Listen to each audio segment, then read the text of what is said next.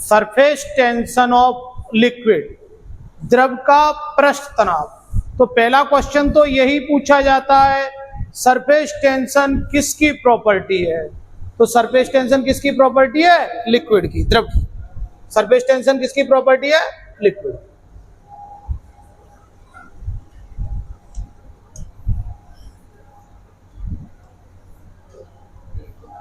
Surface tension calculate करने के लिए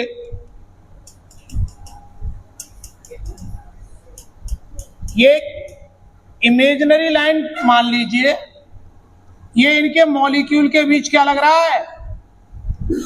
फोर्स। एक हमने एल लेंथ ले ली, ये मॉलिक्यूल के बीच क्या है? फोर्स है। तो सरफेस टेंशन की डेफिनेशन यहां से दे देंगे,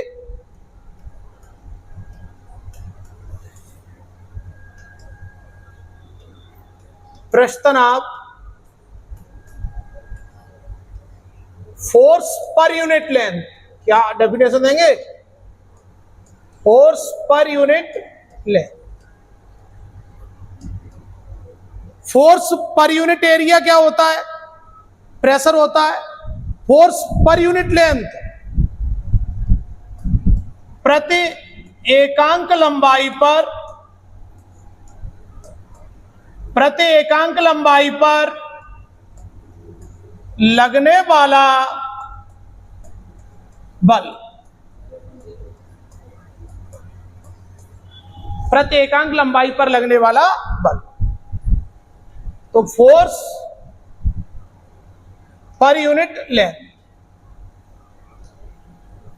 अगर हम एमकेएस और सीजीएस यूनिट की बात करेंगे तो इसका एमकेएस यूनिट क्या हो जाएगा? न्यूटन पर मीटर। और सीजीएस की बात करेंगे तो डायमेंशन की बात कर लीजिए, फोर्स का डायमेंशन। तो इसका डायमेंशन आ गया mt माइनस। टेम्परेचर बढ़ाने पर, नोट करते जाएं, सरफेस टेंशन किसकी प्रॉपर्टी है? लिक्विड की। Surface tension of liquid.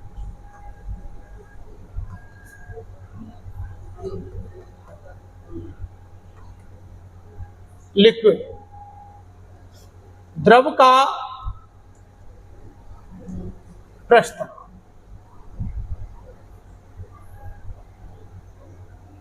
Surface tension of liquid.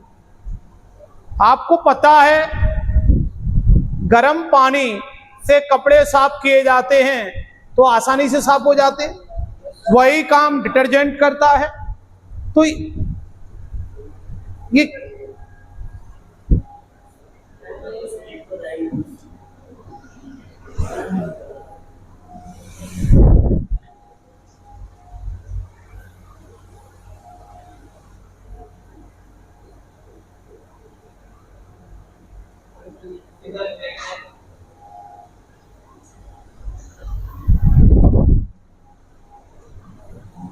तो फोर्स पर यूनिट लेंथ प्रति एकांक लंबाई पर लगने वाला बल। तो गर्म पानी और डिटर्जेंट कपड़ों को साफ कर देते हैं तो निश्चित है क्या होता होगा? सरफेस टेंशन कम होता है। आगे बढ़े।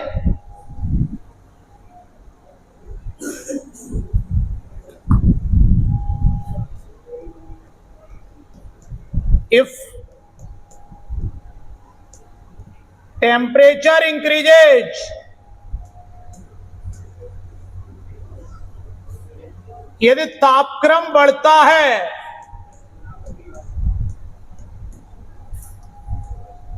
यदि तापक्रम बढ़ता है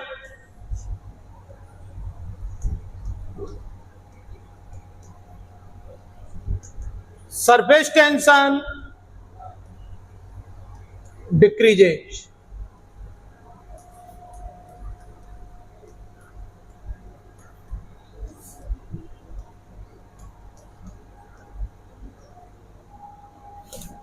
क्रिटिकल टेम्परेचर किसे कहा गया?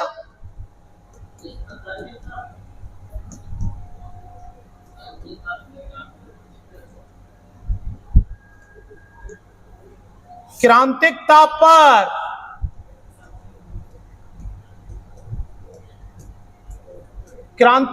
पर क्या कहेंगे आप? Surface tension of liquid. Temperature बढ़ाते गए, एक ऐसा टेम्परेचर जब सरफेस टेंशन 0 हो गया तो द्रव का पृष्ठ तनाव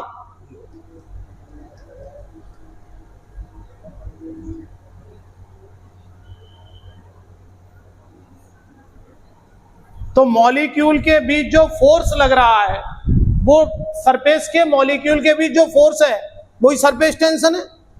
टेम्परेचर बढ़ाने पर वो फोर्स क्या हो जाएगा? वीक हो जाएगा, यानी मॉलिक्यूल दूर दूर हो जाएंगे। आगे बढ़ जाए। डिटर्जेंट भी क्या करता है?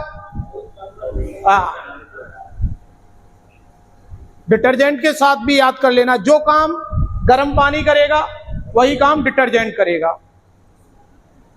तो डिटर्जेंट के साथ भी एक शब्द लिख लेना,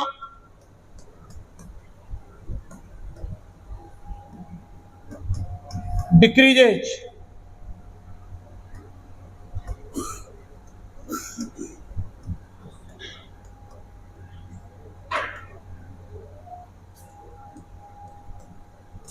तो पानी में डिटर्जेंट मिला दोगे तो क्या होगा? पृष्ठ तनाव। सरफेस टेंशन डिक्रीज का मतलब क्या होता है? जैसे आप गर्म सूप पीना पसंद करते हैं, क्योंकि गर्म सूप का क्या हो गया? टेंशन कम हो गया। टेंशन कम का मतलब क्या है? जो मॉलिक्यूल पास पास में जुड़े हुए हैं वो मॉलिक्यूल दूर दूर हो जाएंगे, यानी वो जीभ पर पूरी तरह से फैल जाएंगे। और जीभ पर पूरी तरह से फैल गए मतलब टेंशन कम हो गया। और जीभ से ही टेस्ट आता है, इसलिए टेस्ट आता है। लेकिन अगर आपको टैबलेट वगैरह लेनी हो तो वो क्या चाहेंगे अपन? वो एकदम से अंदर चली जाए, तो उसका शेप कैसा रखेंगे? गोल, जीभ के कम पोर्शन में कांटेक्ट में आए। सरफेस टेंशन की आप एक और डेफिनेशन देंगे, W is equal to T delta A। Surface tension को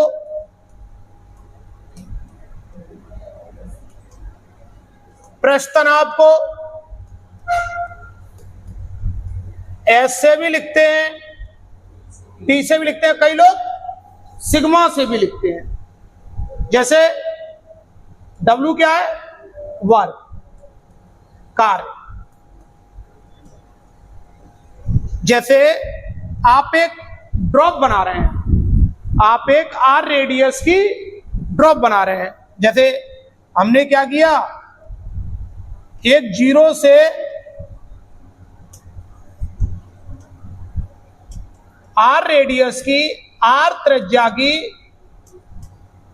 एक ड्रॉप बनाई। 0 से R रेडियस की ड्रॉप बनाई। हमें कितना वर्क करना पड़ेगा? तो वर्क का फॉर्मूला हमने क्या याद रखा है? वर्क करेंगे कैसे? ऐसे। तो एस क्या है? Surface tension. ए क्या है? एरिया। तो W इज इक्वल टू, यहां से सरफेस टेंशन को आप एस या टी से लिख सकते हैं, हमने टी से लिखा है, एस से भी लिख सकते हैं। चेंज इन एरिया, कितना एरिया है? 4 पाई, यहां तो 0 एरिया। ये आपने बूंद बना दी, R रेडियस की ड्रॉप बना दी। अगर हम 0 से 2R रेडियस की ड्रॉप बनाते, 0 से 2R रेडियस की ड्रॉप बनाते, आगे बढ़ जाए। 0 से 2R रेडियस की ड्रॉप बनाते,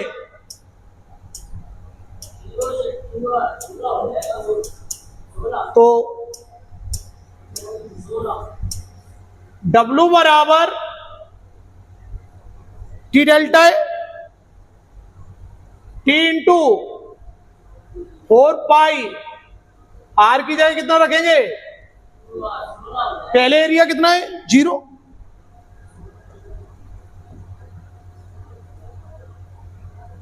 पाई आर स्क्वायर। लेकिन अगर आपसे आर से 2r कहे,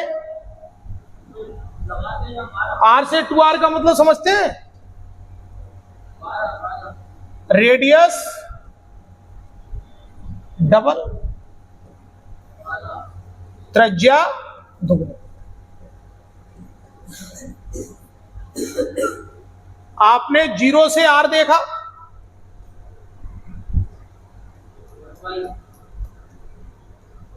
t इंटू 4πr² आया था।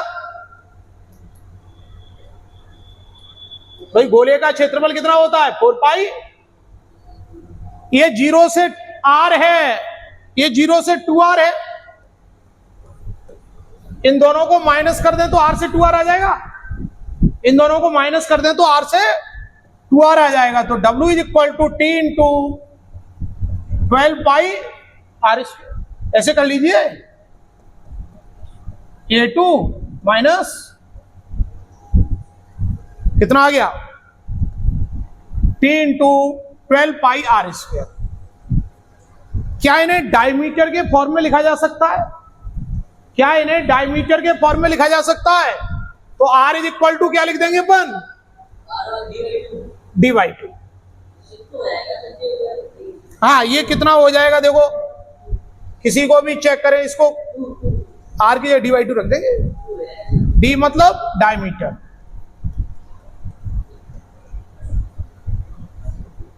व्यास। तो डायमीटर के फॉर्म में भी लिख सकते हैं। आगे बढ़ना होगा।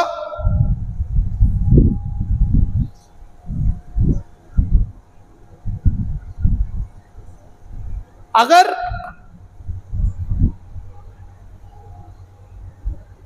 ड्रॉप की जगह बबल होता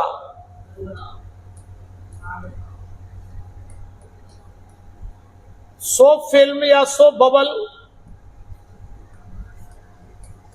साबुन का बुलबुला या फिल्म, साबुन की फिल्म, तो आपको पता है बबल में कितने सरफेस होते हैं? 2। तो सबसे पहले जो फॉर्मूला आपने बात की थी, तो यहां अगर अपन ने T डेल्टा A कहा, याद रखेंगे कैसे? ऐसे SA, S से भी लिखते हैं सरफेस टेंशन को, T से भी लिखते हैं। तो इधर क्या कहने वाले हैं? W क्या है? वर्क। तो ड्रॉप बनाने में आपको कितना वर्क करना पड़ेगा और बबल बनाने में कितना वर्क करना पड़ेगा? क्या आप सोप सॉल्यूशन से बबल बना सकते हैं? तो बना सकते हैं। बबल में आ रहा है डबल। तो सबसे पहले हमने 0 से r रेडियस की ड्रॉप बनाई, बूंद बनाई। तो देखिए ये टेबल इंपॉर्टेंट है। W is equal to T 4πr², change in area. पहले कुछ है नहीं, 0 से आ रहा है, तो यहां का एरिया कितना है? 0। यहां का एरिया 4πr²। अगर हम 0 से 2r की बात करें, T इंटू 2 का स्क्वायर, 4π, r की जगह 2r रखेंगे, कितना आएगा? r की जगह 2r रखेंगे तो 16 आ जाएगा। 16। और अगर r से 2r की बात करें तो T इंटू, ये चर्चा हमारी हो चुकी थी, डबल इसको कहेंगे, इसको डबल नहीं कहेंगे, ये डबल किसको कहेंगे? डबल रेडियस, दुगनी त्रिज्या। अगर बबल की बात हो, बबल की, तो क्या करना पड़ेगा? बबल में क्या करना पड़ेगा? बोलो। डबल 4π की जगह क्या कर दोगे? बेसिक फॉर्मूला तो यही है, आप तो इसी फॉर्मूले को याद रखेंगे। याद रखेंगे कैसे? वर्क करेंगे ऐसे, वर्क करेंगे ऐसे।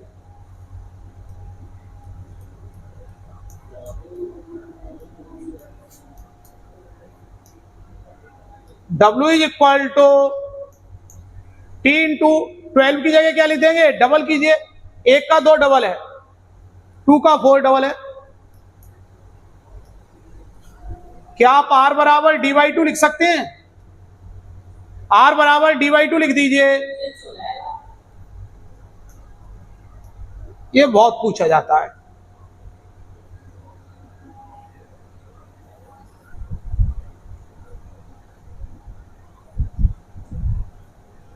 समझ में आ गया टेबल?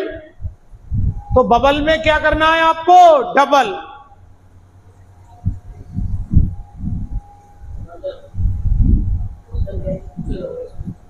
क्वेश्चन अभी कराते हैं इसमें। आप रेडियस दे देगा और डबल रेडियस करके आपको, जैसे आर दे दिया 1/पाई, 2r दे दिया 2/पाई, ठीक है, और पूछ लेगा कितना वर्क करना पड़ेगा, एक साबुन के बुलबुले को बनाने में कितना वर्क करना पड़ेगा, रेडियस वगैरह दे देगा। अभी कर लेंगे, प्रैक्टिस करेंगे क्वेश्चन। सरफेस टेंशन का आप एक और फॉर्मूला याद रखेंगे।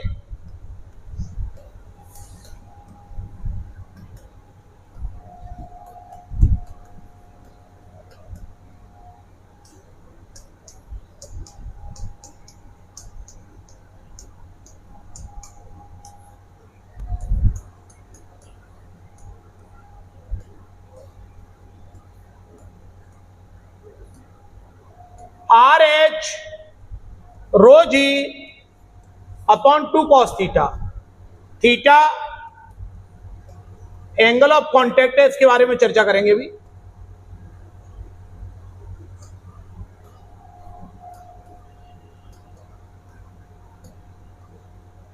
स्पर्श कोण,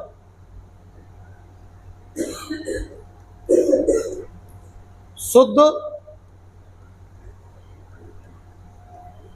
जल व कांच के लिए अभी याद रखेंगे, थीटा बराबर 0, तो T बराबर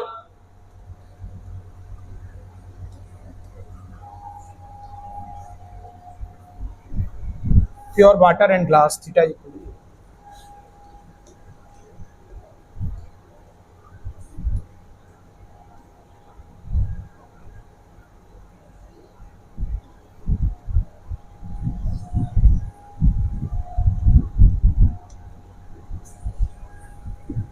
रो क्या है? रो डेंसिटी ऑफ लिक्विड, घनत्व। जी को तो आप जानते होंगे, acceleration due to gravity. G क्या है? गुरुत्वीय त्वरण।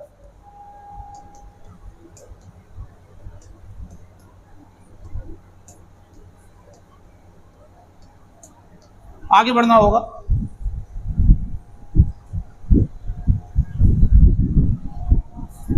T is equal to RH rho ji upon 2 cos theta.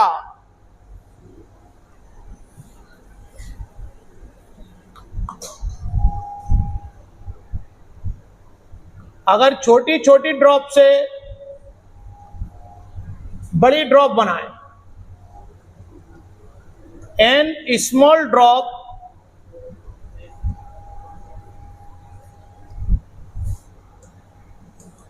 Combined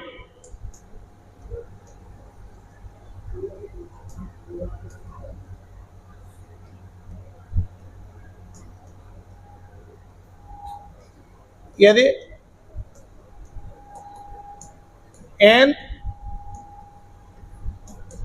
छोटी छोटी बूंदों से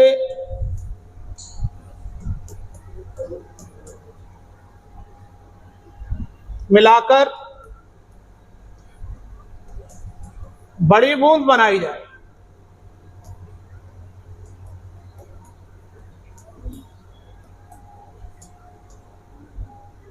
तो इन सब का वॉल्यूम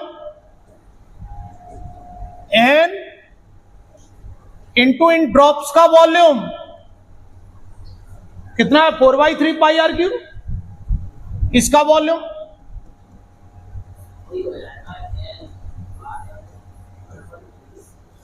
तो यहां से आ गया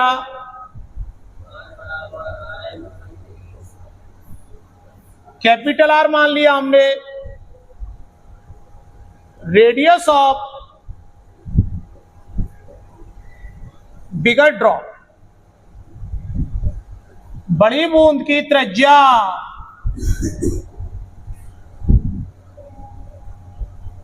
स्मॉल आर को क्या कहोगे? रेडियस ऑफ स्मॉलर ड्रॉप, छोटी बूंद की त्रिज्या।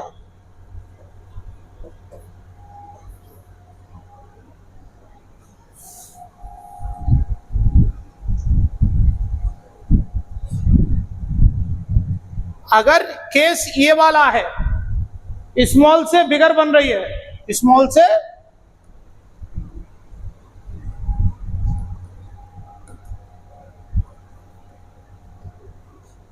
बताइए टेम्परेचर बढ़ेगा कि कम होगा?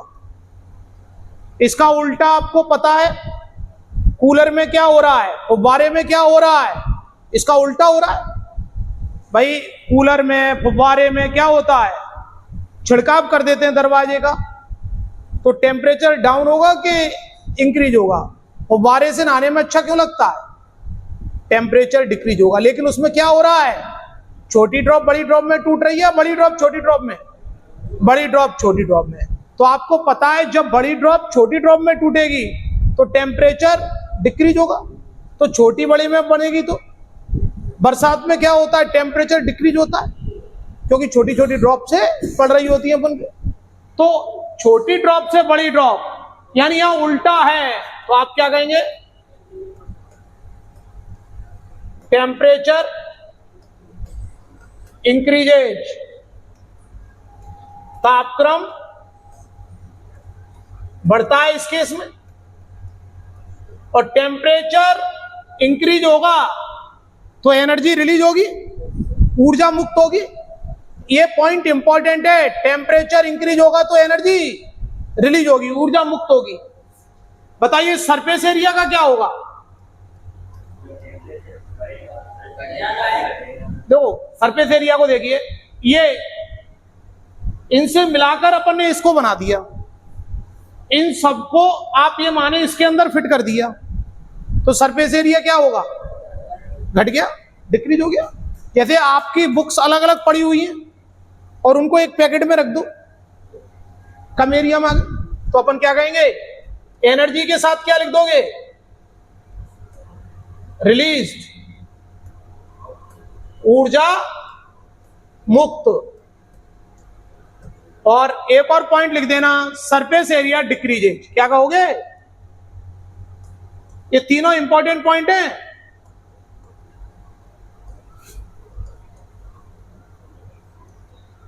पृष्ठीय क्षेत्रफल, पृष्ठीय क्षेत्रफल घट जाता है तो जब हम छोटी छोटी ड्रॉप से लेके बड़ी ड्रॉप बनाते हैं तो एनर्जी का क्या होगा? टेम्परेचर का क्या होगा? टेम्परेचर तो आपको याद रहेगा भाई, टेम्परेचर आपको पता है, इसका उल्टा याद है आपको। बड़ी ड्रॉप को जब छोटी ड्रॉप में तोड़ते हैं, बड़ी ड्रॉप को छोटी ड्रॉप में कहां तोड़ रहे हैं? छिड़काव में, पानी का छिड़काव करते हैं तो क्या होता है? जैसे आप मंदिर में जाएं और आपको पता होगा जब पूजा हो जाती है तो लास्ट में क्या होता है? पानी थोड़ा सा डाल दिया जाता है, ठंडक उत्पन्न होती है। फुब्बारे में देखें, रोटरी वगैरह पे फुब्बारा लगा रहता है या चौराहे पे लगा था, तो वहां से आप निकलोगे तो क्या उत्पन्न होगी? ठंडक। तो क्या हो रहा है वहां पर? बड़ी ड्रॉप छोटी ड्रॉप में तोड़ी जा रही है।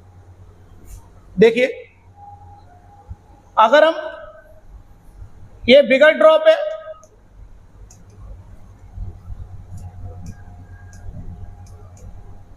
बड़ी बूंद है,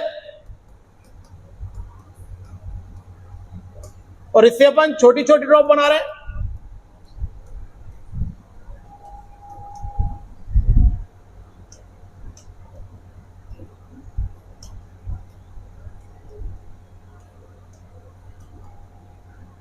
n छोटी बूंदें बनाई। बताइए पहला पॉइंट, टेम्परेचर के बारे में बोलिए।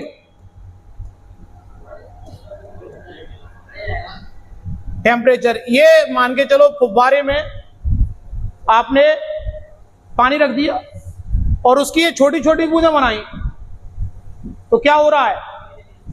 टेम्परेचर, आप अपने हाथ में ही पानी लेके उसको फेंक दें, टेम्परेचर डिक्रीजेस, तापक्रम घटता है।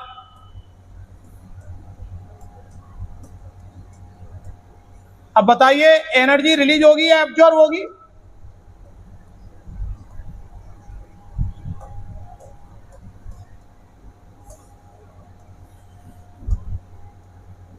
ऊर्जा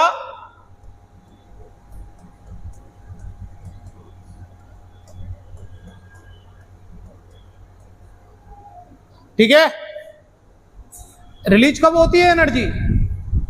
जब किसी का टेम्परेचर बढ़ेगा तो एनर्जी रिलीज होगी। सरफेस एरिया बोलिए, सरफेस एरिया बताइए।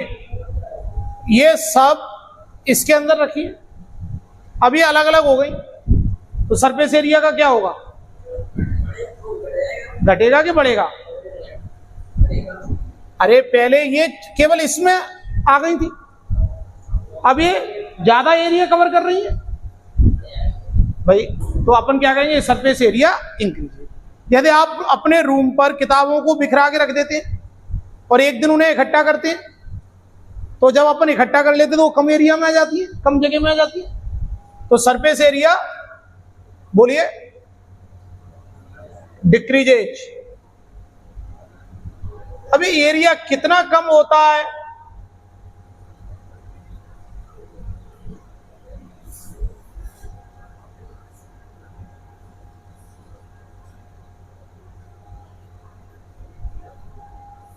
सरफेस एरिया क्या कहेंगे अपन? इंक्रीजेज।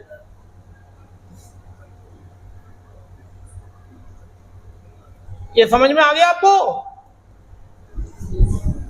जो ये ड्रॉप कम एरिया में आ रही थी, वो ये ड्रॉप अब जो केवल इतने एरिया में आ रही थी, वो ज्यादा एरिया कवर करेगी। आगे बढ़ जाए। एरिया में चेंज कितना होता है? चेंज इन एरिया,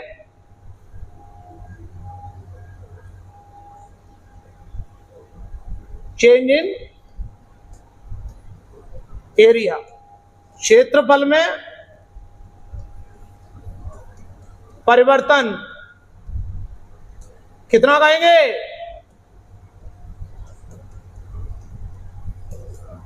ये आप याद रखना, चेंज इन एरिया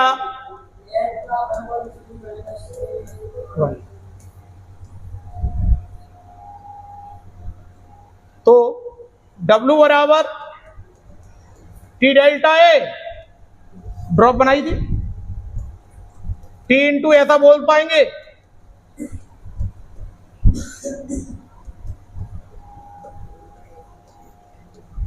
ये लिखें, स्टार पॉइंट बना के लिखें।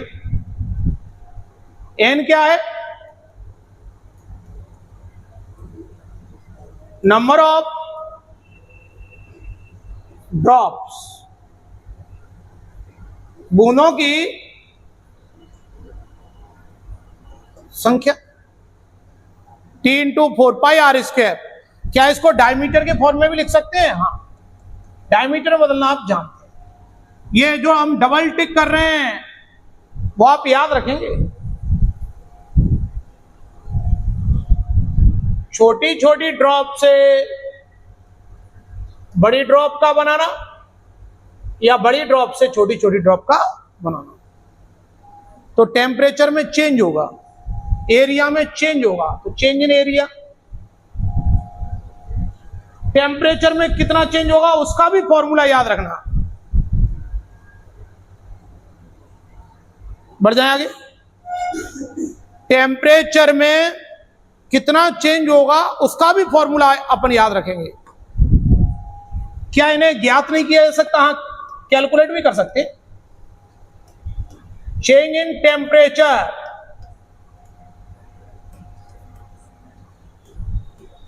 तापक्रम में परिवर्तन। जो W आ गया, W is equal to JH लिखेंगे, H की जगह MS डेल्टा थीटा लिखेंगे। W बराबर JH, H की जगह MS डेल्टा थीटा। हम डायरेक्ट फॉर्मूला लिख देते हैं।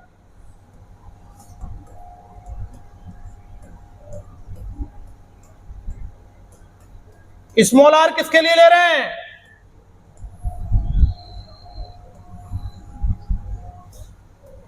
Small r radius of smaller drop, छोटी बूंद की। और कैपिटल R क्या है? Capital R radius of bigger drop. कोई J के बारे में बता पाएगा?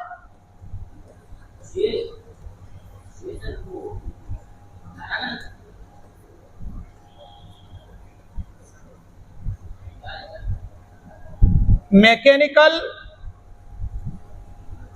इक्विवेलेंट ऑफ हीट, ऊष्मा का यांत्रिक तुल्यांक। ऊष्मा का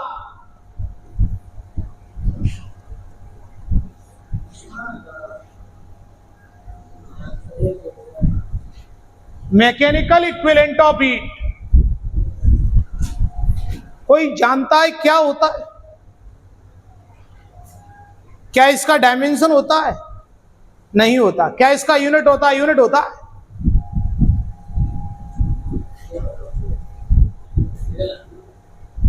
देखो होता क्या है, W प्रोपोर्शनल H,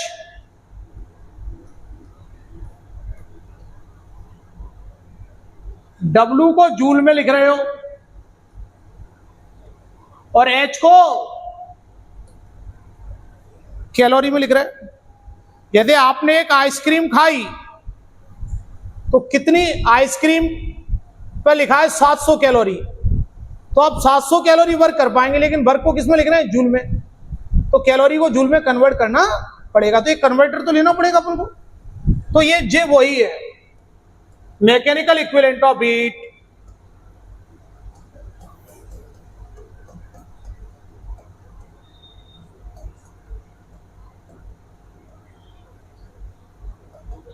क्या W बराबर H नहीं लिख सकते? लिख सकते हैं W बराबर H भी, लेकिन जब W को भी जूल में लिखो, H को भी जूल में लिखो, या W को कैलोरी में लिखो, H को भी कैलोरी में लिखो। लेकिन W को जूल में लिख रहे हो, H को कैलोरी में लिख रहे हो, तो इसलिए अपन ने एक मैकेनिकल इक्विवेलेंट ऑफ हीट लिया, ऊष्मा का यांत्रिक तुल्यांक J। तो W बराबर JH, ये आप याद रखना। यहां W जूल में है और H कैलोरी में है, तो J की वैल्यू इतनी आ गई। क्या J का कोई डायमेंशन होता है? नहीं, यूनिट है, जूल अपॉन कैलोरी। डायमेंशन नहीं है, क्योंकि जो डायमेंशन जूल का है वही कैलोरी का है। तो J का कभी नाम पूछे तो मैकेनिकल इक्विवेलेंट ऑफ हीट, ऊष्मा का यांत्रिक तुल्यांक। तो W H के बराबर होता है, लेकिन दोनों का यूनिट सेम लेना पड़ेगा। तो W बराबर JH क्यों लिख रहे हैं? क्योंकि W जूल में ले रहे हैं और H कैलोरी में। W जूल में ले रहे हैं और H कैलोरी में।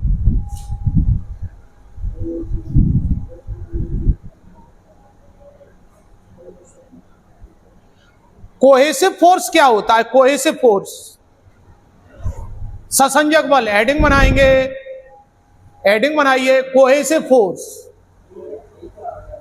कोहेसिव फोर्स बताइए। कोहेसिव फोर्स, ससंजक बल।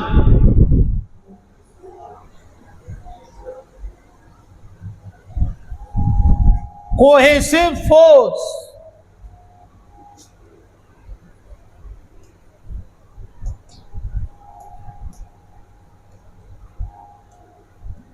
सा सा एक जैसे आ गए, एक समान। जैसे पानी पानी के मॉलिक्यूल के बीच जो फोर्स लगे, कांच कांच के मॉलिक्यूल के बीच जो फोर्स लगे, फोर्स ऑफ एट्रैक्शन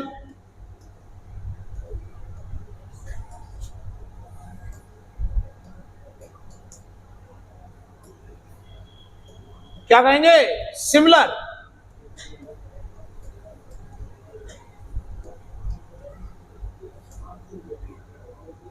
तो समान अणुओं के बीच, समान पदार्थों के अणुओं के बीच जो बल लगेगा,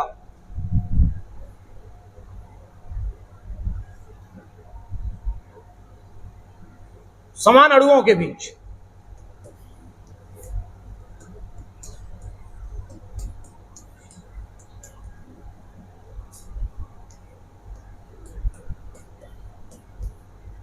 जैसे ऐसा लिखना चाहिए, समान पदार्थों के अणुओं के बीच लगने वाला बल।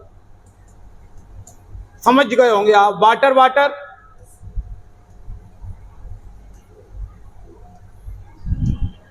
गिलास गिलास, कांच कांच।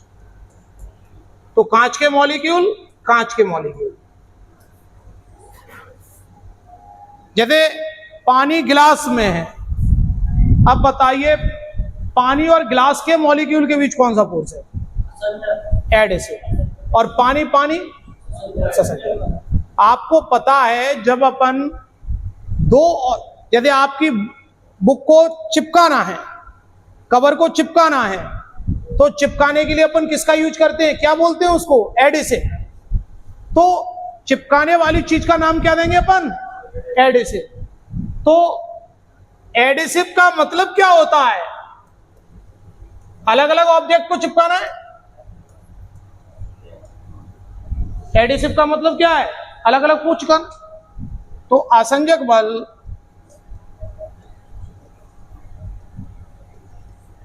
फोर्स ऑफ एट्रैक्शन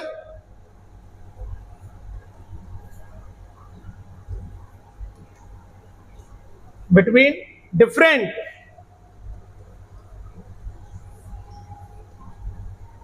मॉलिक्यूल का मतलब केवल इतना सा है, डिफरेंट मटेरियल के मॉलिक्यूल, ठीक है।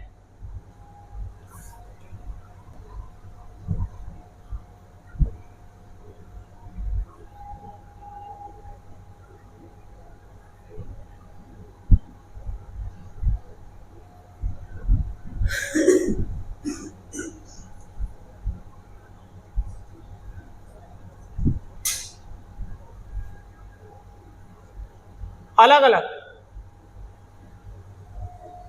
क्या कहेंगे अपन, अलग अलग कहिए।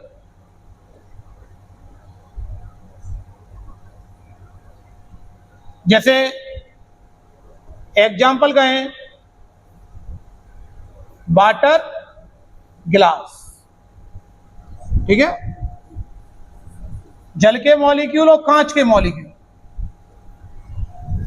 समझ गए। जैसे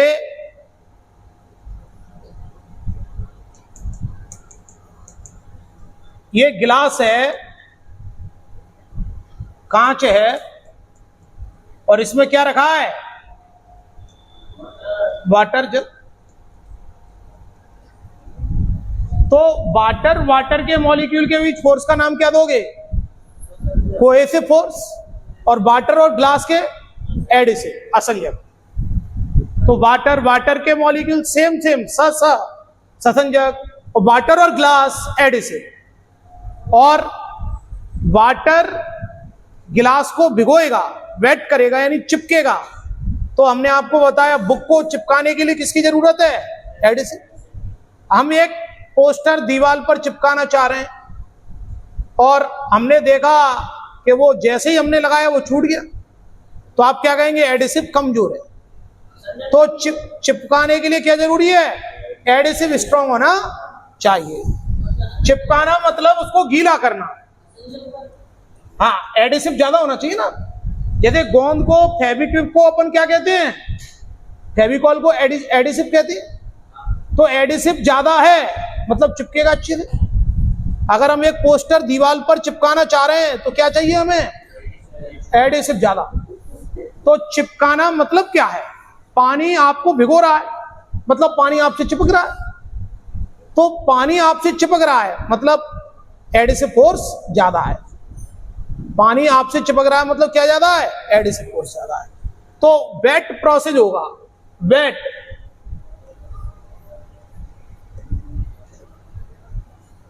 भिगोना, गीला करना क्या कंपलसरी है? स्ट्रॉन्ग एडिसिव लेना पड़ेगा।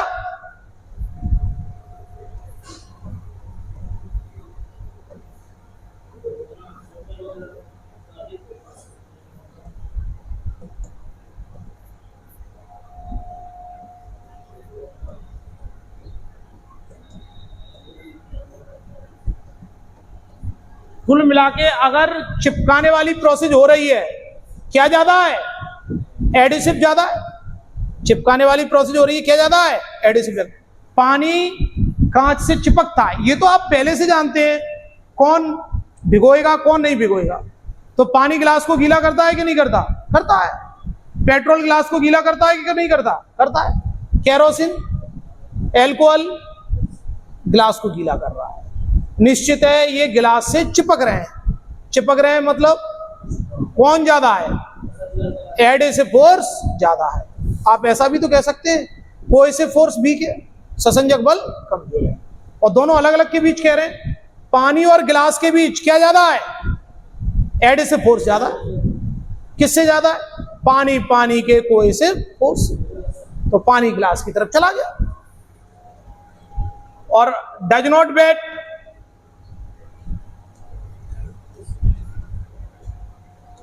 गीला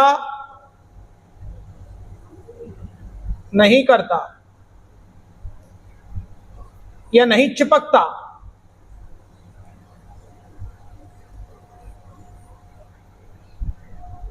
जैसे यहां पर एग्जांपल क्या हो जाएगा? बोलिए।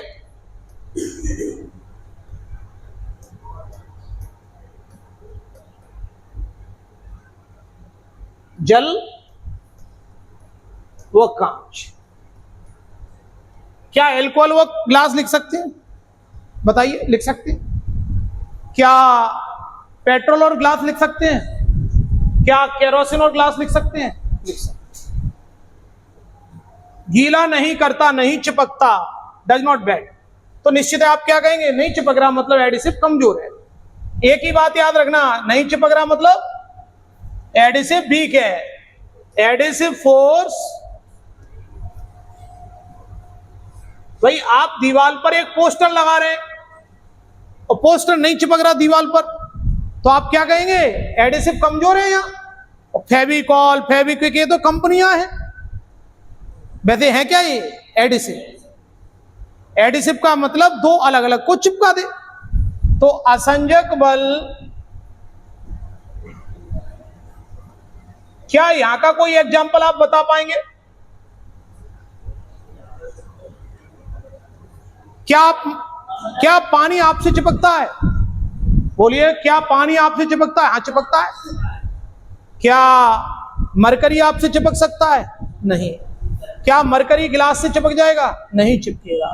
तो मरकरी गिलास से नहीं चिपक रहा, तो एग्जाम्पल क्या देंगे? Mercury and glass. Mercury and glass. अब बोले बोले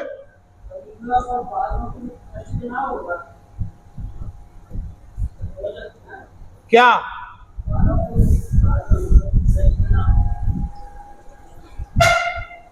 जो पास पास आ जाएंगे, देखो वहां पर तो अपन मेन फोर्स तो अपन इलेक्ट्रिसिटी का दे देंगे। जो पास पास आएंगे वो किसकी वजह से आएंगे? सरफेस टेंशन की वजह से। जैसे आप सेविंग ब्रश को पानी में डालें और वो सब पास पास आ जाते हैं ना, वो कैसे आ जाते हैं? सरफेस टेंशन के कारण। या आप ये कहें कि जैसे एक कांच का गिलास है उसके धो के दूसरा एक और ग्लास उसके ऊपर रख दें, फिर तीसरा रख दें, फिर उनको हटाते हैं तो उनको खींचना पड़ता है। क्यों खींचना पड़ता है? वो सरफेस टेंशन। आगे बढ़ जाए, आगे बढ़ जाए। देखिए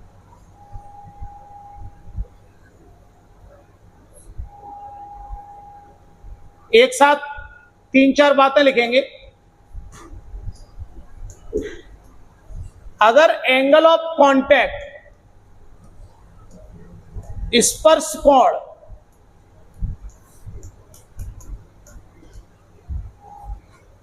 90 से कम है,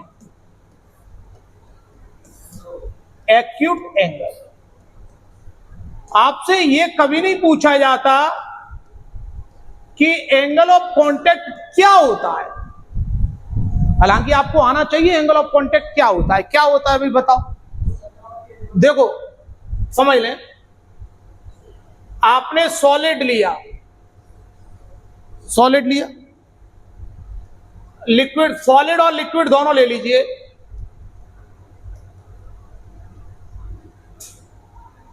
दोनों जहां टच कर रहे हैं वहां से आप एक लाइन खींचिए, एक टेंजेंट ड्रॉ कीजिए। वहां से क्या ड्रॉ करेंगे आप? कहां पर ड्रॉ करेंगे tangent?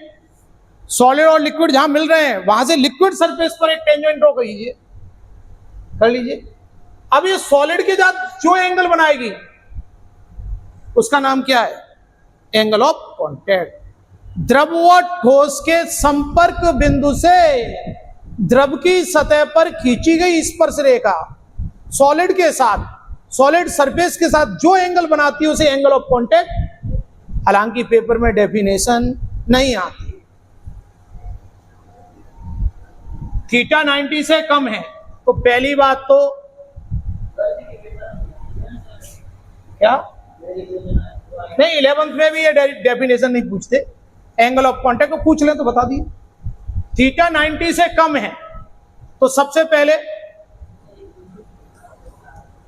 Pure water and glass, शुद्ध जल व कांच लीजिए, क्योंकि इसको आप जानते हैं।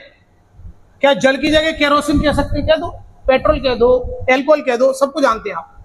तो जल व कांच के लिए थीटा कितना होता है? 0। ये प्योर की बात हो रही है। वैसे आप कितना लेके चलेंगे? प्योर नहीं है, केवल वाटर एंड ग्लास कहा जाए।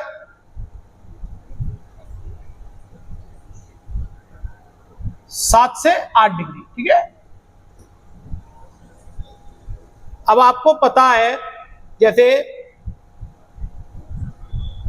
समझिए, एक हमने ट्यूब डाली और हम क्या देखते हैं?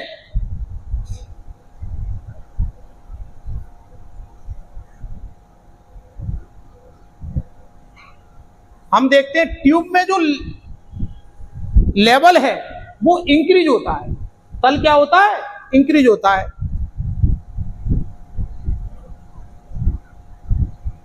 और ये आकृति इस तरह की आती है, देखो इस तरह की।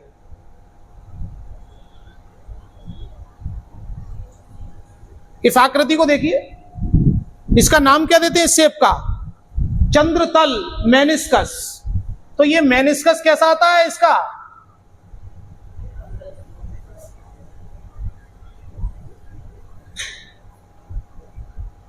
स्फेरिकल है, गोलाकार है। और गोले में भी कौन सी शेप है? आधा गोला। आधा गोला में भी कौन सा है? कॉनकेव। क्या कहेंगे? मेनिस्कस कैसा है?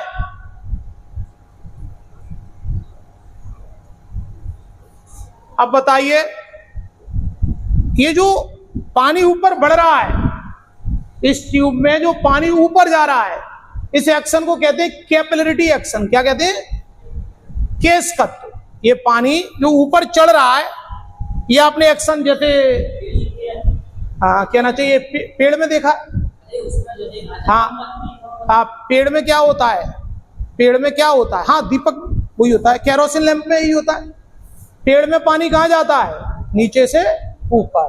कौन सा एक्शन होता है? ये कैपिलरिटी एक्शन। और जितनी पतली जैसे बेल होती है, और चौड़ा पेड़ है, किसमें पानी तेजी से ऊपर जाएगा? बेल में, क्योंकि जितनी आपने देखा था RH ρg upon 2 cos theta, H inversely proportional R, त्रिज्या कम होगी, कम त्रिज्या की नली में द्रव अधिक हाइट तक जाएगा। तो ये कौन सा लॉ कहलाता है? ज्यूरिन लॉ। कौन सा लॉ कहलाता है? ज्यूरिन लॉ। तो क्या अपन ये बात बोल दें, लेवल इंक्रीजेज, तल बढ़ता है, समझ जाओगे? लेवल पानी का इंक्रीज होगा, ट्यूब डाली पानी बढ़ गया। भाई मॉलिक्यूल जो है, देखो पानी के मॉलिक्यूल कांच के मॉलिक्यूल को पसंद कर रहे हैं ना, तो पानी के मॉलिक्यूल क्या करेंगे? कांच की तरफ जाएंगे, तो अपने आप एक्सरसाइज होगा। मेनिस्कस हो गया, एंगल 90 से कम हो गया, और बेड प्रोसेस हो रही है क्या? अरे बेड प्रोसेस हो रही है क्या? हो रही है। भिगोने वाली प्रोसेस हो रही है, चिपकने वाली। भाई एग्जाम्पल ही आपने ऐसा सेट किया था, इसमें आपको पता था कि पानी कांच पर चिपक रहा है। इसमें 4 बातें आपको कौन कौन सी याद रखनी है। एंगल ऑफ कांटेक्ट 90 से कम है तो पहली बात, एंगल ऑफ कांटेक्ट 90 से कम किसके लिए है? वाटर और ग्लास। और आप पहले से जानते हैं वाटर ग्लास को भिगोता है कि नहीं भिगोता? भिगोता है। पेट्रोल ग्लास को, केरोसिन ग्लास को भिगोता है, ठीक है। पेट्रोल भिगोता है, केरोसिन भिगोता है, अल्कोहल भिगोता है। तो भिगोने वाले प्रोसेस के लिए थीटा कैसा है? 90 से कम। बेड प्रोसेस होती है। अब पानी कांच पे चिपक रहा है, तो आप कह पाएंगे एडिसिव फोर्स ज्यादा है। भाई चिपक रहा है ना, एडिसिव फोर्स ज्यादा है, एडिसिव फोर्स ज्यादा हो गया। और आपको पता है कि ट्यूब में पानी ऊपर जाएगा। और ये प्रकृति कैसी आएगी? इसका मेनिस्कस याद रखना, चंद्रतल। ये कैसा है? अर्धगोलाकार। आप ये सेमीस्फीयर है, और कैसा शेप है ये? ध्यान रखना, कॉनकेव। कैसा है? कॉनकेव। तो मेनिस्कस पूछा जाता है कैसा है? कॉनकेव। इसका उल्टा लिख देना, थीटा 90 से ज्यादा है, तो इसमें तल इंक्रीज हो रहा था, इसमें तल क्या कहेंगे? डिप्रेस्ड, डाउन में जाएगा। ऑब्ट्यूस एंगल,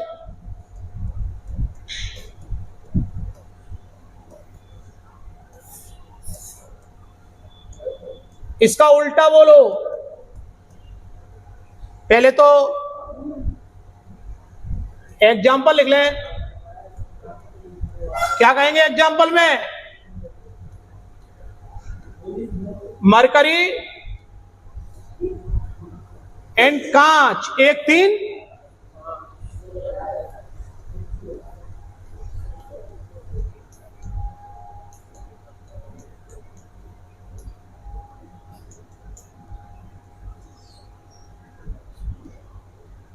बोलिए मेनिस्कस।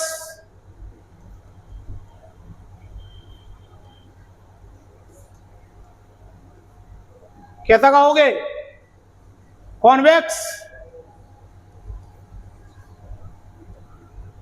उत्तल समझते हैं? ये तल डाउन हो जाएगा, डाउन। ये डाउन हो गया, ठीक है। यहां तक भरा था अपन ने, और ये डाउन हो गया। और लेवल को क्या कहेंगे? डिप्रेस्ड।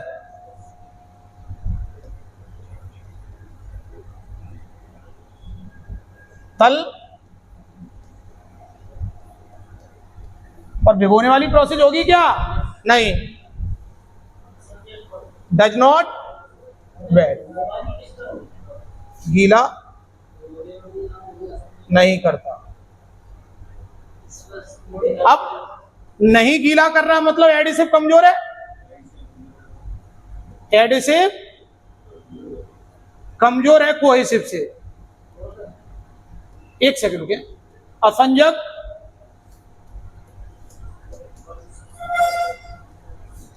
कम। और यहां क्या कहोगे? यहां क्या कहोगे? एडिसिव दमदार है। यहां क्या बोलोगे?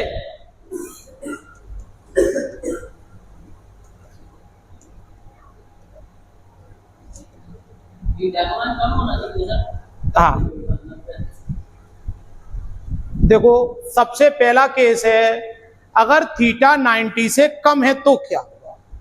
थीटा 90 से कम है तो क्या होगा? तो आप पहले तो यही बात याद करें, थीटा 90 से कम किसके लिए होता है? वाटर और ग्लास के लिए। थीटा 90 से कम किसके लिए? वाटर और ग्लास के लिए। आपको वाटर और ग्लास जैसे ही याद आ जाए, आपको पता है वाटर ग्लास को भिगोएगा क्या? वाटर ग्लास को भिगोएगा ही। और आपको पता है ट्यूब, कांच की ट्यूब पानी में डालेंगे तो तल इंक्रीज होगा। उसका शेप कैसा आएगा? मेनिस्कस, कॉनकेव, अवतल आएगा। द्रव की मुक्त सतह कैसी आएगी? अवतल। वेट प्रोसेस हो रहा है, मतलब एडिसिव फोर्स कोहेसिव से ज्यादा है। और मरकरी और पानी और ग्लास के लिए एंगल कितना है? 7 से 8 डिग्री। प्योर वाटर और ग्लास के लिए याद रखेंगे 0 डिग्री। और जो एक्शन वाटर का ग्लास के साथ है, वही एक्शन पेट्रोल का ग्लास के साथ है, वही एक्शन केरोसिन का ग्लास के साथ है, ठीक है, वही एक्शन एल्कोहल का ग्लास के साथ है।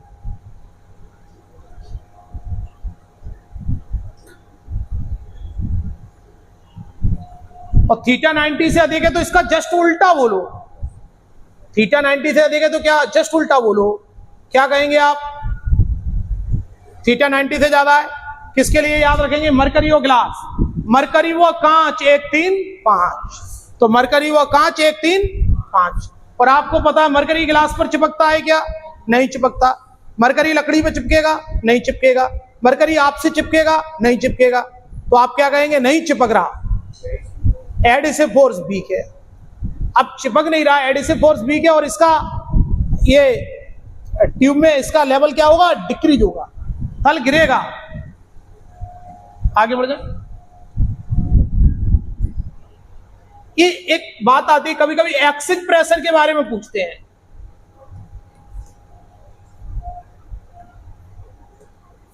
दाब आदि,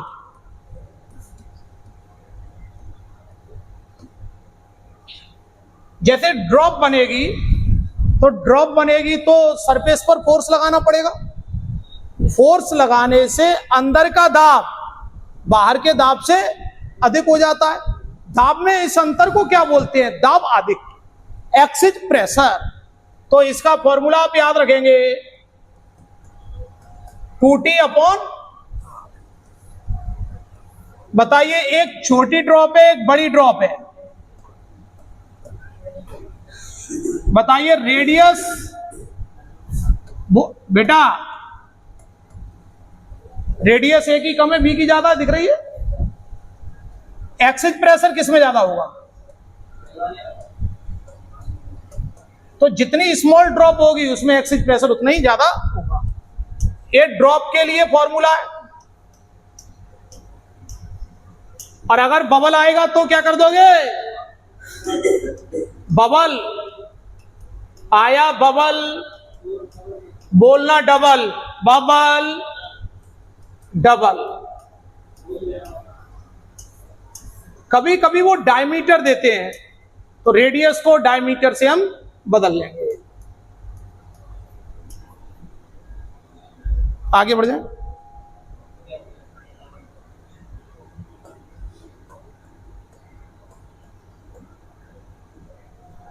एक्सिस प्रेशर को हमने डेल्टा पी से लिखा है। आगे बढ़ना होगा। तो छोटी बूंद को बनाया, बड़ी बूंद को बनाया, किसके अंदर एक्सिस प्रेशर ज्यादा है? बताइए। स्मॉलर ड्रॉप, छोटा बबल और बड़ा बबल, किसके अंदर प्रेशर ज्यादा है? छोटे। और छोटे और बड़े को अगर अपन ने कनेक्ट कर दिया, ठीक है, तो हवा किधर से किधर जाएगी? छोटे से बड़े में जाएगी, बड़े से छोटे में। अधिक प्रेशर से कम प्रेशर में। अधिक प्रेशर किसके पास है? छोटे के पास। तो छोटा और छोटा हो जाएगा और बड़ा और बड़ा हो जाएगा। अगर हमने दोनों बबल को कनेक्ट कर दिया तो छोटा बबल और छोटा हो जाएगा, बड़ा बबल और बड़ा हो जाएगा। ये इंपॉर्टेंट क्वेश्चन है। ज्यूरिन लॉ,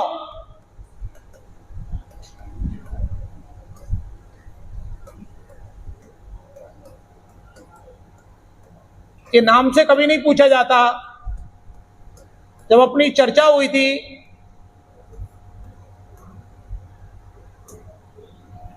प्योर वाटर और ग्लास के लिए थीटा 0 ले लिया था। ये भी कैसे आया था? Delta P is equal to 2T upon R देखा था आपने। प्रेशर का फॉर्मूला होता है H रो जी।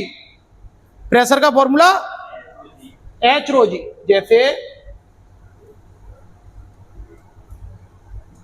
ये लिक्विड की हाइट है और डेंसिटी रो है, तो प्रेशर कितना होता है? H रो। तो यहां से क्या आ जाएगा? T बराबर,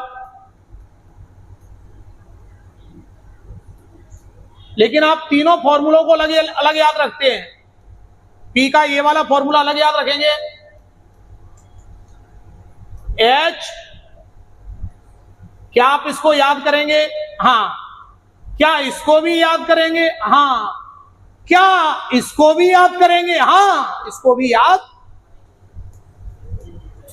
क्या ऐसा बोल सकते हैं? यही है ज्यूरिन लॉ। क्या ऐसा भी बोल सकते हैं?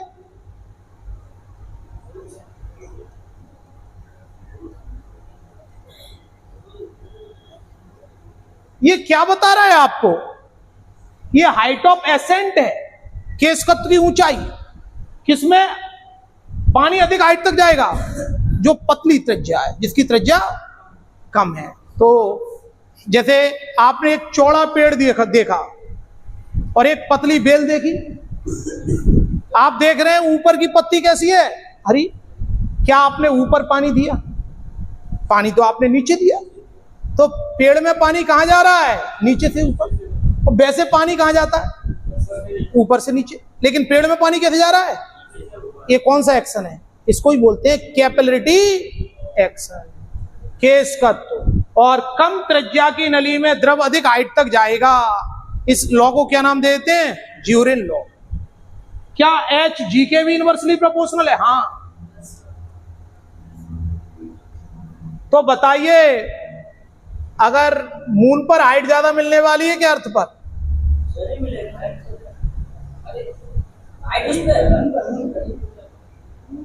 G कम है तो उसमें पानी अधिक हाइट तक जाएगा। उसमें पानी।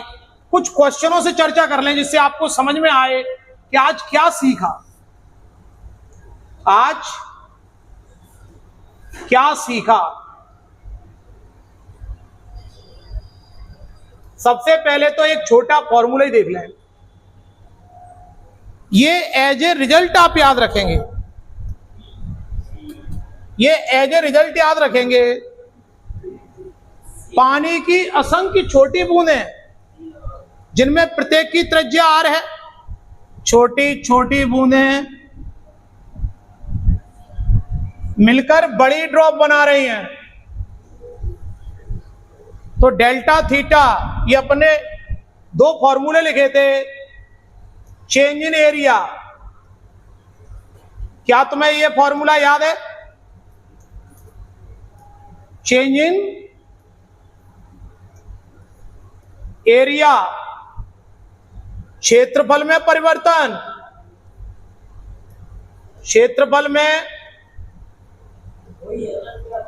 परिवर्तन। और चेंज इन टेम्परेचर, तापक्रम में परिवर्तन।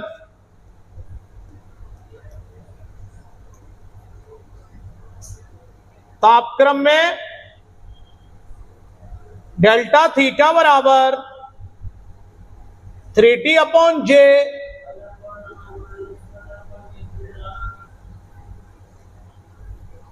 One upon R minus one upon capital R। तो 3T upon J, answer C बोल दें। 3T upon J one upon R minus one upon R। आगे बढ़ जाए। क्या इसको एज ए रिजल्ट याद करेंगे? हाँ, इसको भी एज ए रिजल्ट याद रखना। The surface tension of pure water in a capillary tube experiment. Capillary tube समझ गए आप? केस नली, पतली कोई भी एक नली ले ली, कांच की नली ले ली और उसको आपने पानी में रखा तो पानी कहां गया? ऊपर। लेकिन मरकरी में रखा तो मरकरी ऊपर नहीं जाएगा, मरकरी कहां जाएगा? नीचे। और थीटा अपने 90 की तो चर्चा की नहीं, थीटा 90 हो जाए तो ना कॉनकेव आएगा ना कॉन्वेक्स आएगा, क्या आएगा? Plane surface. Theta is equal to 90 पर कितना, कैसा आएगा?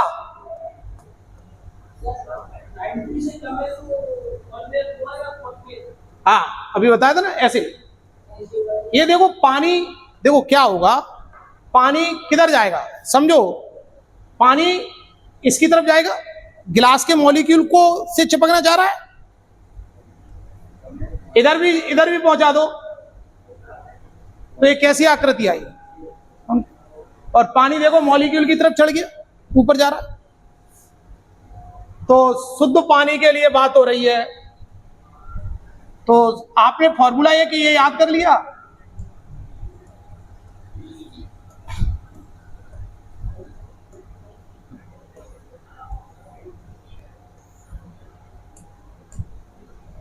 RH rho g upon 2 cos theta. Pure water and glass, शुद्ध जल व कांच, क्या रट लिया है आपने?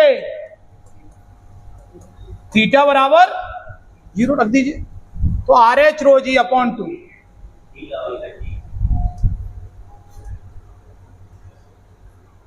और कैलकुलेट करना भी आसान है, अगर भूल जाओ तो कैलकुलेट भी कर सकते हो।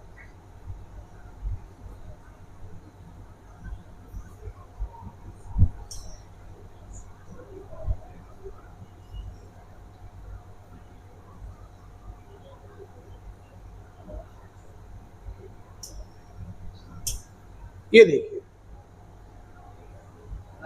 2 capillary tube of radius 0.2 centimeter and 0.4 centimeter are dipped in the same liquid. The ratio of heights through which liquid will rise in the tube. तो H का R से रिलेशन,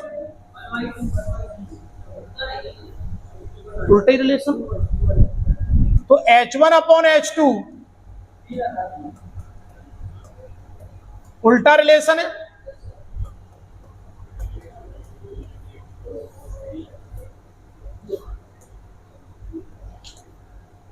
समझ में आ गया?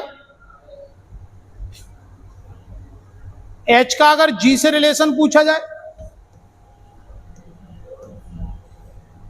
G कम होगा तो H, G कम होगा तो H ज्यादा होगा, R कम होगा तो भी H ज्यादा होगा, R कम होगा, G कम होगा तो H ज्यादा होगा।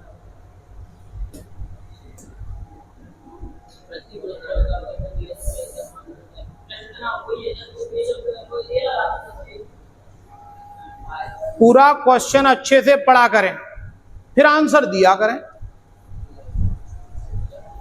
Water rises up to a height h in a capillary on the surface of earth in stationary condition.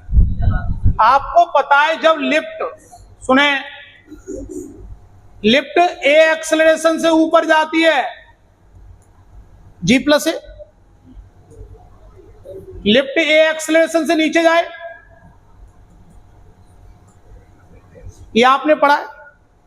G कब कम हो रहा है? लिफ्ट नीचे जा रही है कि ऊपर जा रही है?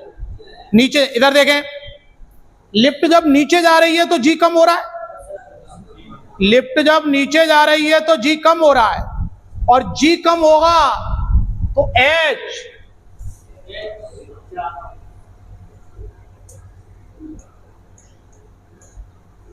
G कम होगा तो H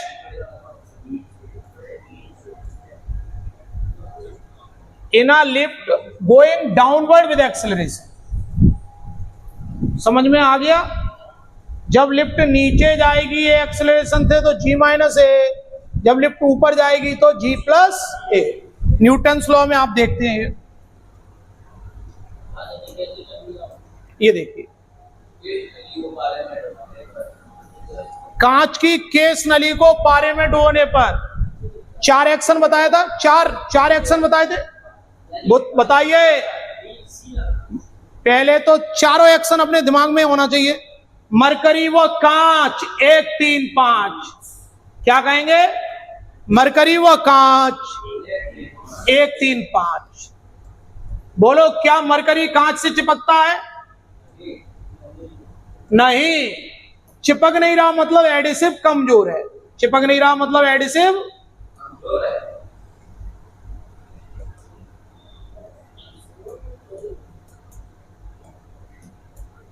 असंजक कमजोर है। बताइए, तल का क्या होगा? डिप, नीचे नली में पारे का तल गिरेगा।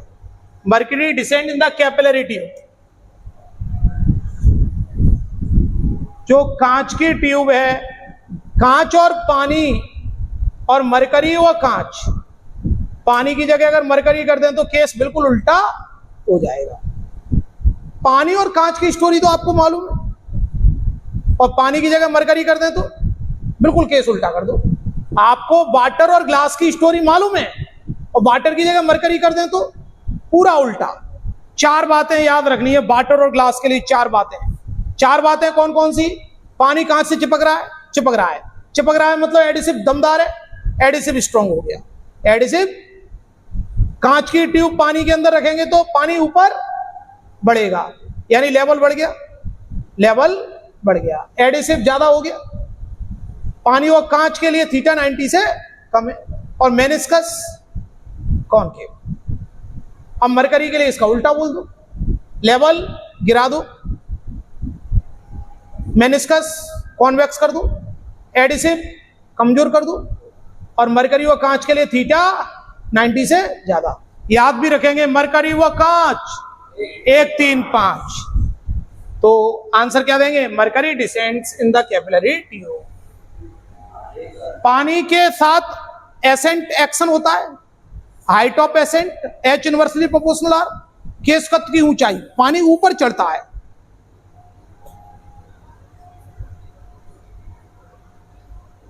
चलो, इस तरह की बातें तो हो चुकी हैं।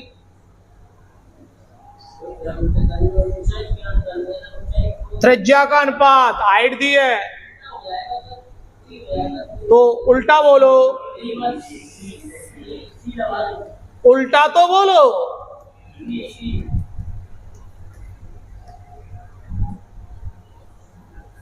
तो ज्यूरिन लॉ पर अब क्वेश्चन नहीं करा रहे हैं, वो आप कर लोगे। चलो बताइए, due to capillarity action a liquid will rise in a tube. जैसे ही वो ऐसा बोलेंगे, आपको क्या याद आएगा? Water and glass. आपको क्या याद आ रहा है? जल व कांच। वाटर व कांच के लिए 7 से 8 डिग्री। बोल पाओगे 90 से कम? एक्यूट। तो due to capillary action a liquid will rise in a tube if the angle of contact acute.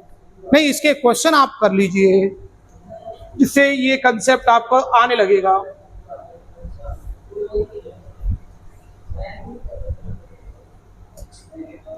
बताइए,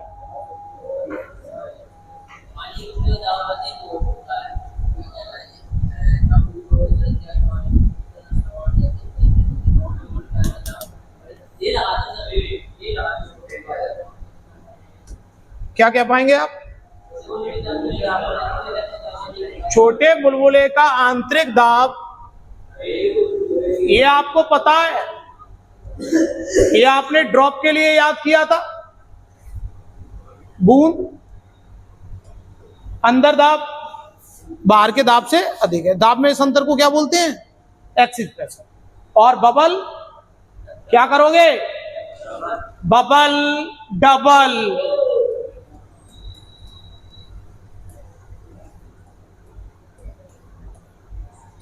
आर कम तो छोटे बुलबुले के अंदर दाब ज्यादा कर दीजिए। ये बोल पाएंगे? Internal pressure of the smaller bubble is higher than the internal pressure of the larger bubble. समझ में आ गया कंसेप्ट?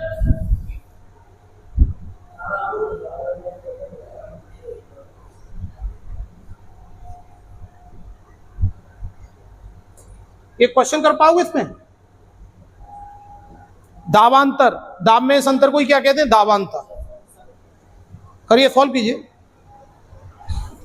करिए, फॉर्मूला लगाइए 2T/R।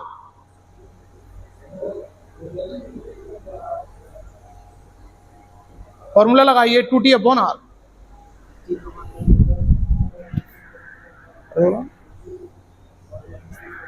पर्दा लगा देना, केवल पर्दे पर्दे, बेटा गेट मत लगाओ, पर्दे पर्दे।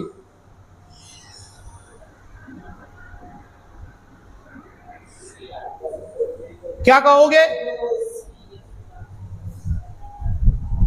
आगे आंसर के नहीं आ पाया? दाब में इस अंतर को ही क्या कहते हैं? दाब आधिक्य, एक्सिज प्रेशर। 2T/R। 2T कितना है बोलो?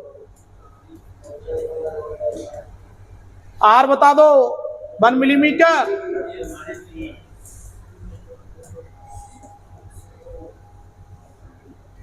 और यूनिट क्या होगा? न्यूटन पर मीटर स्क्वायर। प्रेशर का बेसिक फॉर्मूला क्या होता है? F/A।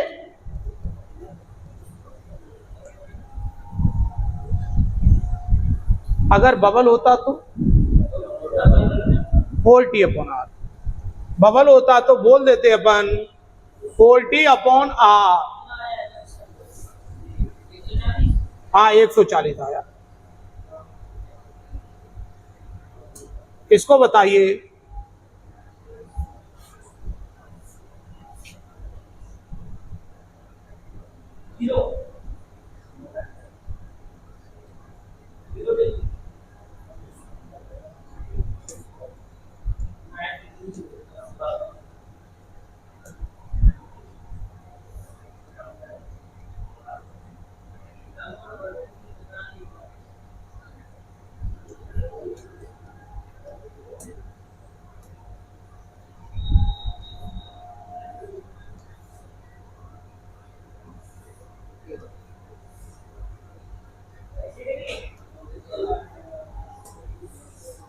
इस आकृति को देखिए, 90 से कम मेनिस्कस एक ऐसा है कॉनकेव। ये देखिए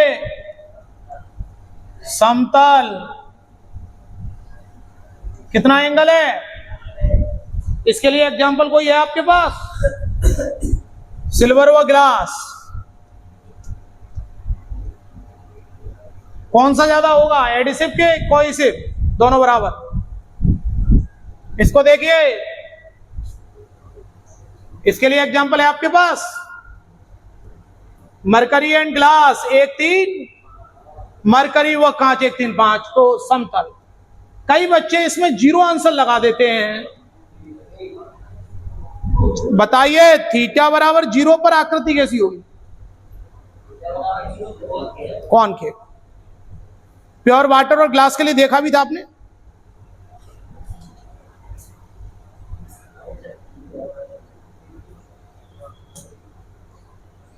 बोलिए।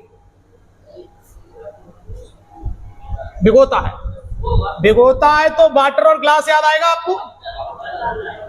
भिगो रहा है तो वाटर और ग्लास याद आएगा कि नहीं आएगा? चारों पॉइंट हम एक बोले, तुम 4 बातें अपने आप बोल देना। जैसे उन्होंने कहा वेट प्रोसेस हो रहा है, भिगो रहा है, गीला कर रहा है, तो आप समझ जाना कि निश्चित है एडिसिव फोर्स ज्यादा है। वाटर और ग्लास आपको याद हो जाए कि मेनिस्कस कैसा आएगा? कॉनकेव। और एक्शन क्या होगा? राइज। हाइट ऑफ एसेंट, तल उठेगा।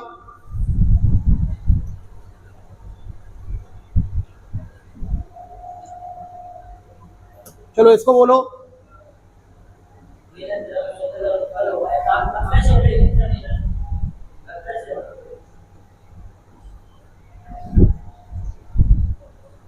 तो इस तरह के क्वेश्चन बना लोगे।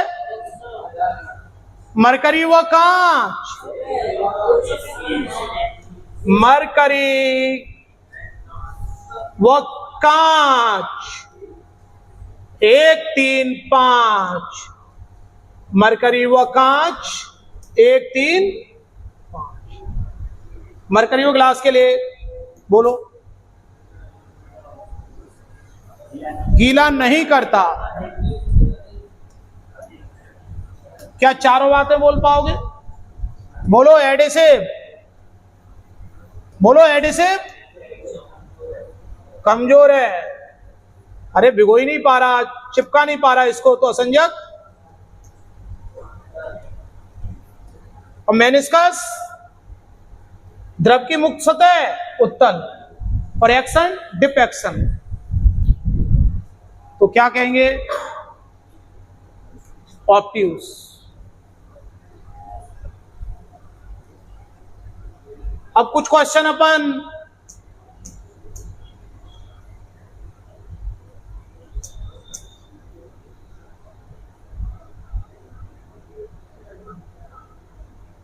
टी डेल्टा ए पर करना चाहेंगे।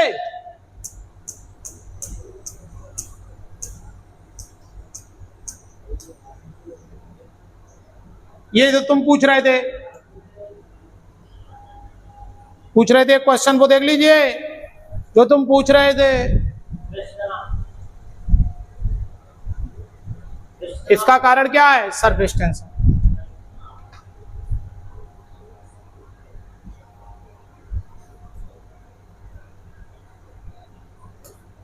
ये बताइए, साबुन, डिटर्जेंट,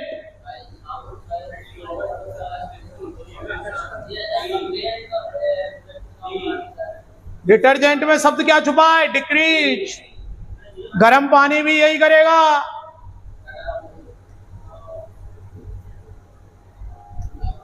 गर्म सूप पीने में टेस्टी क्यों लगता है? यही कारण देना।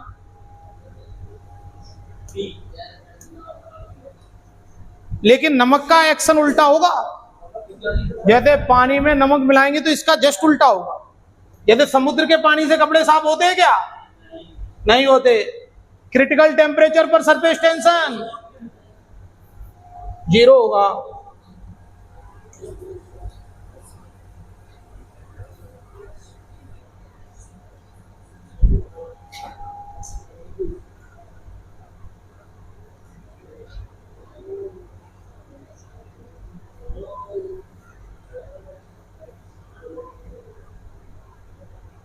बताइए, इसको बताइए कि क्वेश्चन।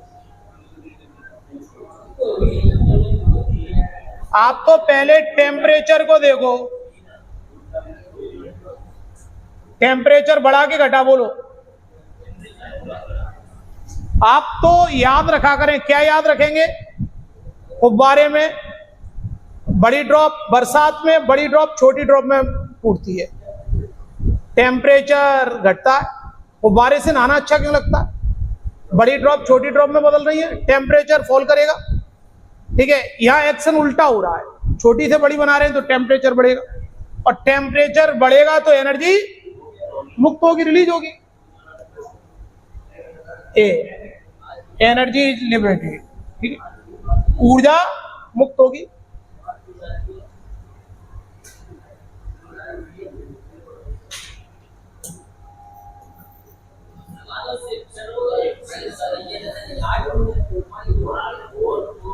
तो याद करेंगे कैसे?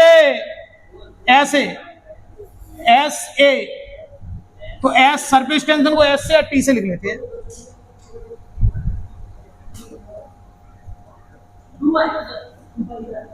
क्या तुम्हें ये फॉर्मूला याद है क्या?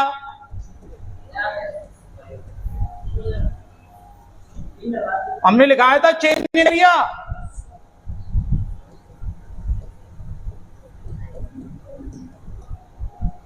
तो T into 4πr²।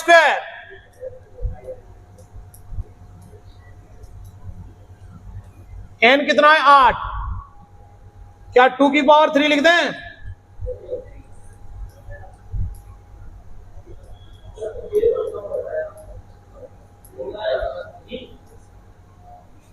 T into 4πr²। C हो जाएगा, C आएगा।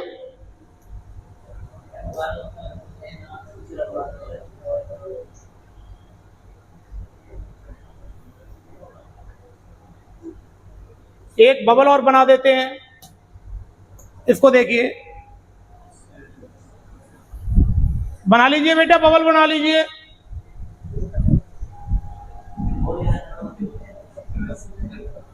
टी इंटू डेल्टा ए लगाओगे कि 2 डेल्टा ए? ये डबल क्यों आया? क्योंकि ये बबल है इसलिए आया डबल है। टी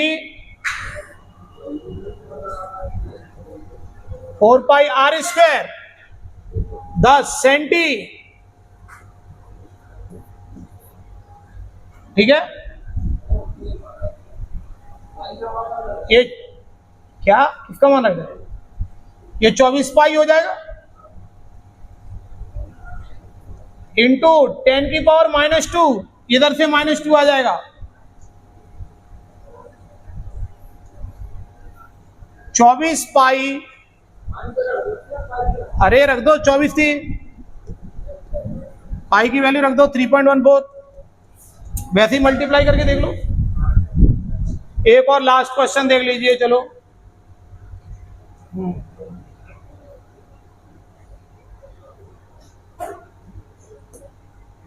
इसको देखिए, इसमें एक लाइन गलत प्रिंट हो गई है, यहां से पढ़ना, इस लाइन पे पढ़ना।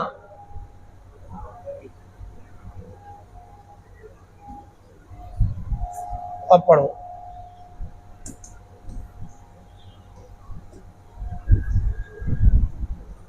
तो W बराबर क्या याद रखाया था? T delta.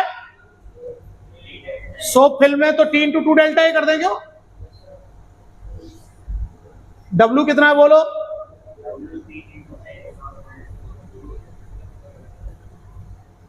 टी कैलकुलेट करना है क्यों? चेंज इन एरिया बोलो। ये 60 और 110, 110 और 60 का डिफरेंस कितना हुआ?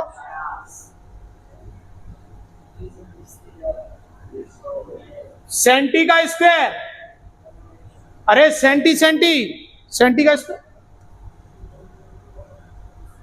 क्या बोल पाओगे? 100 को इधर ले जाओ, -2।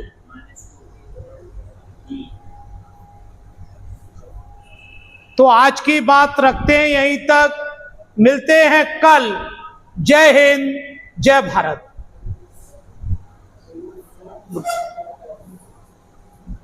बंद करो।